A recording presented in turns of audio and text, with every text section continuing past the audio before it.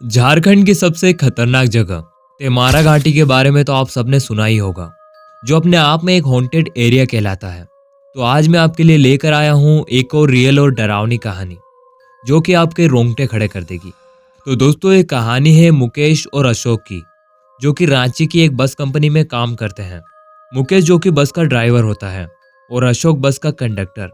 ये लोग daily service बस चलाते हैं, यानी रांची के कुछ लोकल एरियाज में चलने वाली बस। इस बस कंपनी के मालिक हैं रमेश जी, यानी बस कब कहाँ जाएगी ये रमेश जी तय करते हैं। तो दोस्तों, ये बात है साल 2023 की, जब फरवरी का महीना था और शादियों का सीजन चल रहा था। दरअसल इस बस कंपनी के जो मालिक हैं रमेश जी, वो अपनी कुछ बसों को शादी बारात के लिए रेंट पर देते थे। तो दोस्तों, रमेश जी के पास फरवरी की 18 तारीख को दो बारात की बुकिंग आती है, एक जमशेदपुर और दूसरा वहीं रांची के लोकल में, जिसमें कि रमेश जी शाम के 4 बजे मुकेश और अशोक से बस को जमशेदपुर बारात ले जाने को कहते हैं। अशोक और मुकेश भी बस को अच्छे से धोकर रेडी कर लेते हैं और शाम के 5 बजे बस जमशेदपुर के लिए रवाना हो जाती है। और करीब 2 घंटे बाद बस जमशेदपुर के लोकल गांव में पहुंचती है, जहां शादी हो रही थी। वो लोग करीब रात 10 बजे उस बारात से फ्री हुए थे, यानी उन्होंने सारे बारातियों को वापस उनके घर छोड़ दिया था और बस अब पूरी तरह खाली थी। मुकेश अशोक से कहता है, भाई अब रांची तो हम कल सुबह ही जाएंगे, और दोनों बस में ही सोने का इंतजाम करते हैं कि तभी बस मालिक रमेश जी का फोन आता है। वो मुकेश से कहते हैं कि जो रांची के लोकल एरिया में जो बस हमने बारात के लिए भेजी थी, वो वापस आते वक्त खराब हो गई है और बस अभी तक बारात से फ्री नहीं हुई है, यानी कि बारातियों को वापस उनके घर छोड़ना है। तुम लोगों को अभी रांची शहर आना पड़ेगा। लेकिन मुकेश रमेश जी से मना कर देता है। वो कहता है कि रात के 10 बज चुके हैं और आपको तो पता ही है कि रास्ते में तेमारा घाटी पड़ती है। मुझे तो डर लगता है, मैं अब बस कल सुबह ही लाऊंगा, आप दूसरा कुछ अरेंजमेंट कर लो। तभी रमेश जी मुकेश की इस बात से थोड़ा गुस्सा हो जाते हैं और उनके बीच कुछ कहासुनी हो जाती है, जिससे कि रमेश जी मुकेश से अभी के अभी बस को रांची शहर छोड़ने का कहते हैं। मुकेश भी गुस्से में ही उनसे कहता है, ठीक है मैं आ रहा हूँ, लेकिन रांची पहुंचने के बाद मैं ये नौकरी छोड़ दूंगा। और फिर मुकेश और अशोक रात में ही जमशेदपुर से रवाना होते हैं। जमशेदपुर से रांची करीब 130 किलोमीटर था, जो कि 2 से ढाई घंटे का रास्ता था। लेकिन मुकेश गुस्से में बस ड्राइव कर रहा था। बस करीब 70 या 80 की स्पीड से NH33 हाईवे पर चल रही थी। करीब रात 12:30 बजे बस तेमारा घाटी पहुंचती है, जहां एक तरफ हनुमान काली मंदिर था। रात के वक्त वहां सन्नाटा था।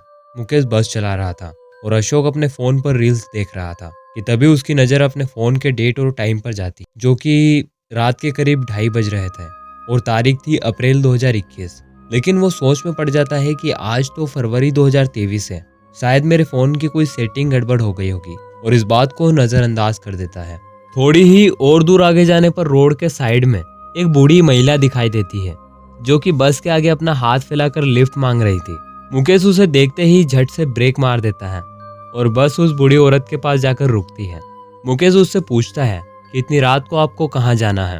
वो औरत मुकेश से कहती है कि आगे मेरा गांव है, मुझे वहां उतार देना। लेकिन उसकी आवाज में एक अजीब भारीपन था, जैसे दो लोग मिलकर बोल रहे हों। अशोक मुकेश के बगल वाली सीट पर बैठा था कि तभी उसकी नज़र उस औरत के पैरों पर पड़ती है। वो देखता है कि उस औरत के तो पैर ही नहीं है, वो हवा में लटक रही है। ये देखते ही अशोक के रोंगटे खड़े हो जाते हैं। अशोक मुकेश से वहां से भागने को कहता है, लेकिन मुकेश को कुछ समझ नहीं आता। अशोक बस में लगे साइड मिरर की ओर इशारा करता है और जैसे ही मुकेश की नज़र साइड मिरर की ओर जाती है, उसके शरीर में एक ठंडी लहर दौड़ जाती है। वो देखता है कि वो औरत एक तरफ से डायन और दूसरी तरफ से एक बूढ़ी औरत दिखाई दे रही है। मुकेश झट से बस का एक्सीलेटर दबाता है और बस को तेजी से भगाने लगता है। दोनों डर के मारे कांप रहे थे कि तभी उनको एक आवाज़ सुनाई देती है, जो कि किसी औरत के रोने की थी, और वो आवाज़ कहीं और से नहीं बल्कि बस के अंदर से आ रही थी। मुकेश पीछे पलटकर देखता है तो वो औरत जो कि लिफ्ट मांग रही थी, वो बस के अंदर आखिरी वाली सीट पर बैठी थी और रो रही थी कि तभी बस अचानक रोड से नीचे उतर जाती है। मुकेश बस को कंट्रोल करता है, जहां बस का एक पहिया रोड के साइड में फंस जाता है और बस बंद हो जाती है। दोनों डरते हुए उस बस से बाहर निकलते हैं और वो देखते हैं कि वो आवाज़ अब भी आ रही है। मुकेश कांपते हुए अशोक से कहता है, भाई कुछ कर, नहीं तो ये हमारी जान ले लेगी। अशोक जो कि थोड़ा देसी टाइप का था, यानी कि गांव देहात से था, वो मुकेश से शांत होने को कहता है और कहता है कि मैं हनुमान चालीसा बोलूंगा, तुम्हें मेरे साथ दोहराना है। अशोक हनुमान चालीसा पढ़ने लगता है। हनुमान चालीसा आधी ही खत्म हुई थी कि वो औरत की आवाज अब बंद हो गई थी। अशोक पूरी हनुमान चालीसा का जाप करता है और हनुमान जी का नाम लेता है। थोड़ी देर बाद वहां सब कुछ शांत हो गया था। अशोक मुकेश से चलने को कहता है और हिम्मत करके दोनों वापस उस बस में बैठते हैं और वहां से रवाना होते हैं। दोनों अभी भी बस के अंदर हनुमान चालीसा का जाप कर रहे थे और हनुमान जी का नाम ले रहे थे। करीब रात के 2:30 बजे वो लोग रांची पहुंचते हैं और कांपते हुए बस की चाबी रमेश जी को सौंप देते हैं और बिना कुछ बोले वहां से चले जाते हैं। तो दोस्तों, ये थी मुकेश और अशोक की कहानी। अगर आपके साथ कोई ऐसी घटना घटी हो और आप उसे शेयर करना चाहते हैं तो आप हमें इंस्टाग्राम पर डायरेक्ट मैसेज कर सकते हैं।